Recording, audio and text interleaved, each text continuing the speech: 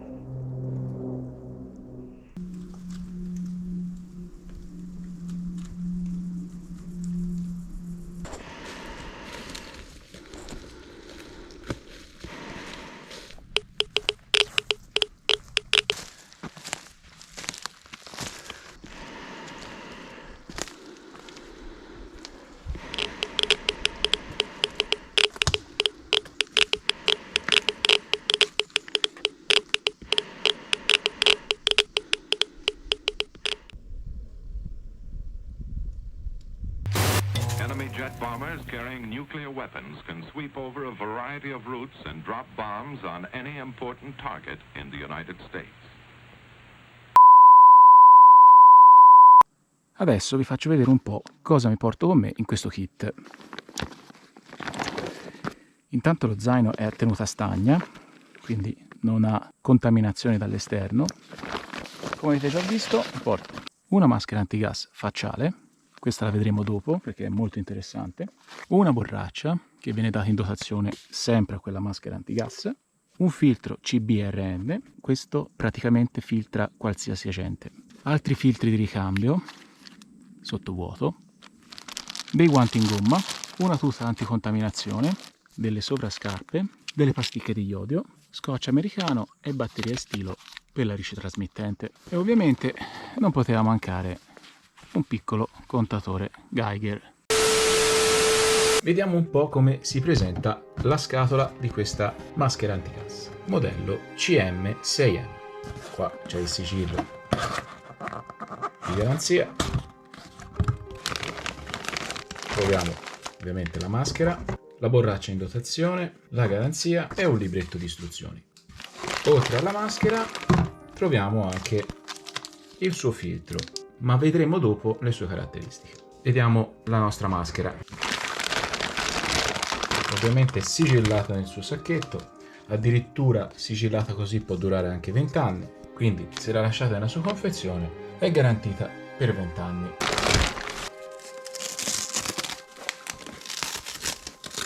Ed ecco qua come si presenta appena unboxata.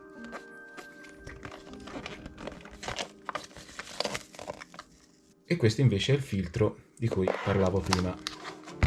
Ovviamente è un filtro CBRN, in pratica riesce a filtrare gas organici, gas inorganici, gas acidi, ammoniaca, vapori di mercurio, polveri radioattive, particelle e polveri.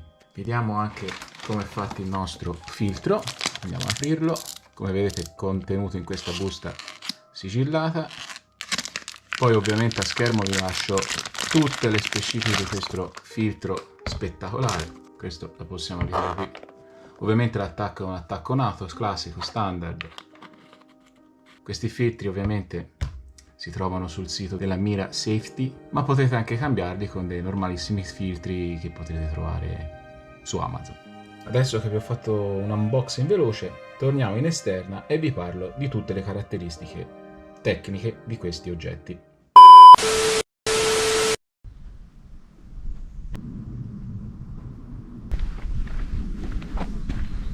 Prima di illustrarvi i componenti di questo kit, vi ho fatto vedere un po' l'elenco completo di quello che c'è nel mio zaino kit di sopravvivenza, diciamo per scenari di guerra o di attacchi biologici. La cosa fondamentale o più importante di tutto il kit sono i filtri.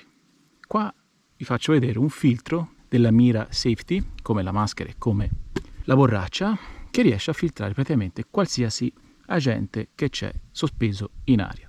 Ovviamente è un filtro CBRN, qua viene corredato anche del suo foglio illustrativo dove vengono praticamente descritte tutte le sostanze che può filtrare. Qua c'è una semplice formuletta per sapere quanto dura il filtro in base alle sostanze chimiche che ci sono nell'aria che dovrà filtrare. Infatti in base alla sostanza il tempo può diminuire. Comunque io questo foglio ve lo lascio sia in descrizione che ve lo metto a video perché è un po' lungo da descrivere, ma comunque in pratica viene elencato tutto quello che può filtrare. Come vi ho già detto, filtra praticamente tutto. Ovviamente ha un attacco standard nato, quindi va bene su qualsiasi maschera, e contenuto nella sua confezione sottovuoto può durare addirittura 20 anni. Il peso è circa 335 grammi, il diametro 110 mm e l'altezza 85 mm. Qua ci sono tutte le certificazioni e su questo filtro ci sarebbe da parlare ore e ore, ma io vi lascio questo foglio che è più che esplicativo nella descrizione. La borraccia.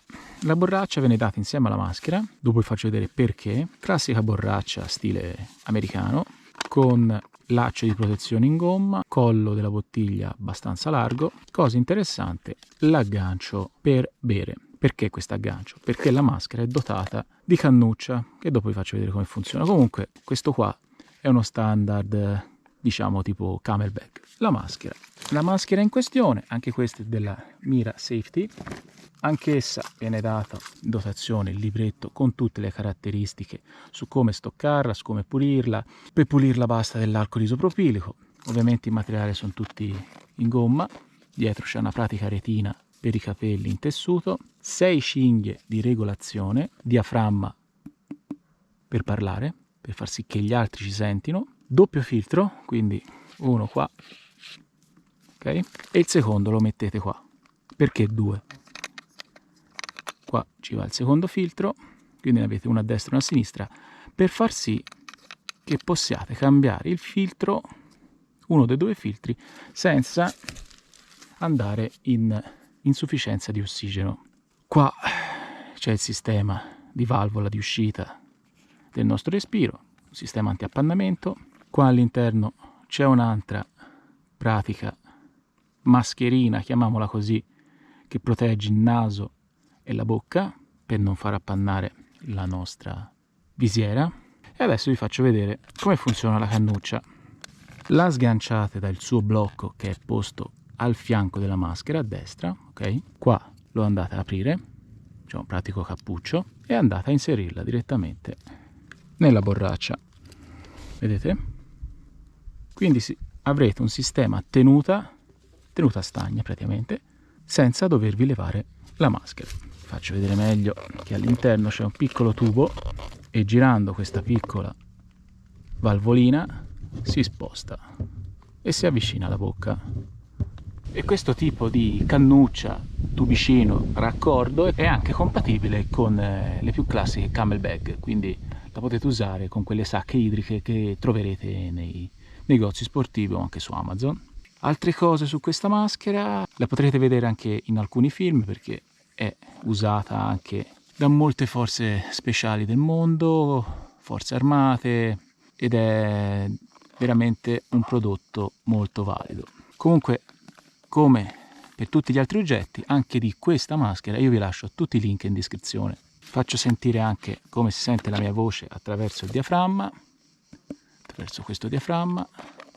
Questa è la mia voce attraverso la maschera Non so se riuscite a sentirmi, la voce non è amplificata tramite software, questa è la mia voce attraverso la maschera.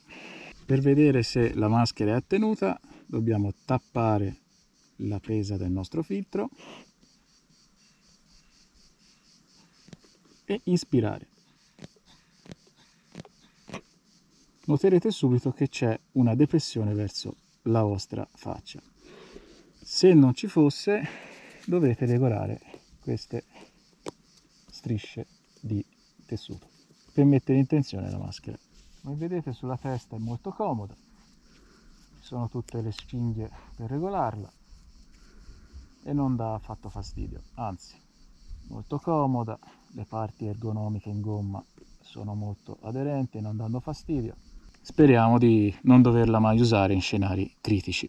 Per indossarla niente di più semplice, dovrete prenderla con le mani così, come fosse una calza, allargare e farla scivolare sulla vostra testa.